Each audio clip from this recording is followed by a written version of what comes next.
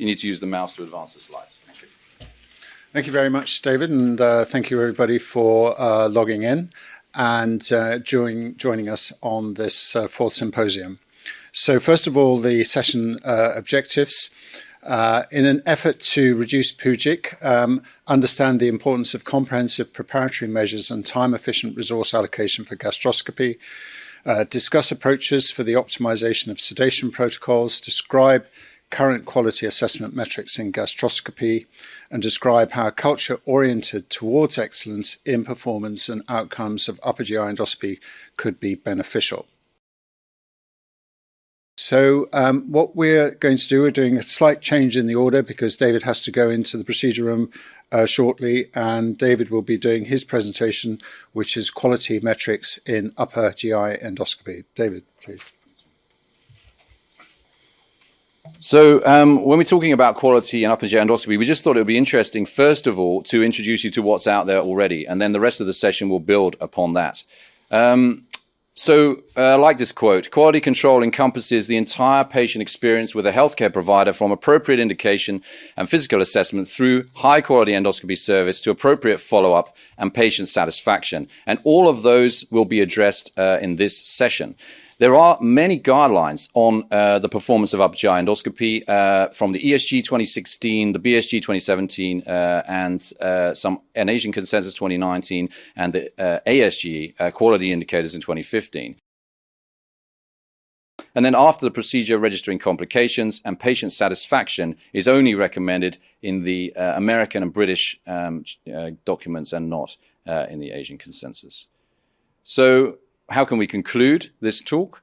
We can say that there are procedural safety and satisfaction and screening characteristics which are important in these guidelines and these documents, and this is how the documents that exist currently stack up. We at GIEQs are in the process of developing a consensus document for training in gastroscopy, and more in this space shortly.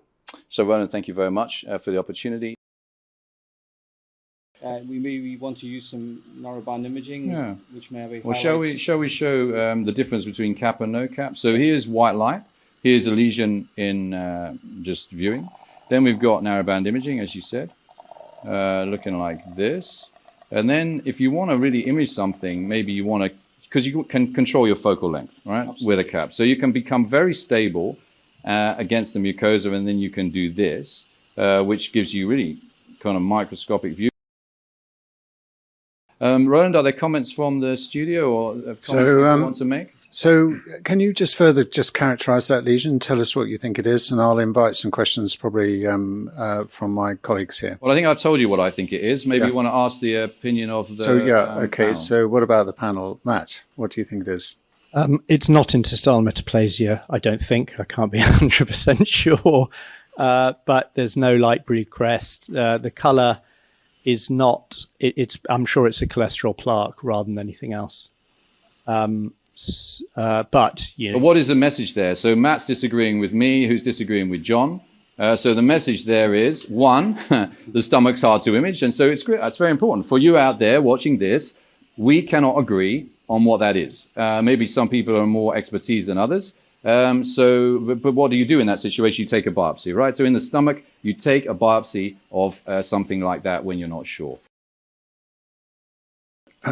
We have Nigel Trudgill online as well. Nigel Trudgill is another one of the key experts, and in the UK on upper gastrointestinal endoscopy, and is the lead for the post-endoscopy upper GI cancer audit, which will start shortly.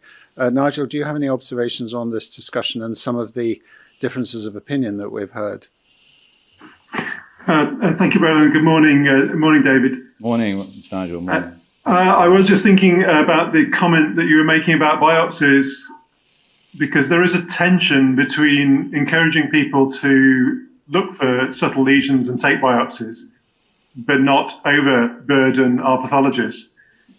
And so my thinking about this goes back to your talk, to say that people really need to learn what they're looking for, but also to follow up their histology and the images they've taken during the endoscopy and try and learn from the biopsies they've taken so that they don't necessarily biopsy things in future that they don't need to, and their biopsies are more focused. I don't know what you think about that, David. I think that's very important, Nigel, what you've said there. I mean, people need to follow their pathology up and look and correlate their endoscopic imaging with their pathology.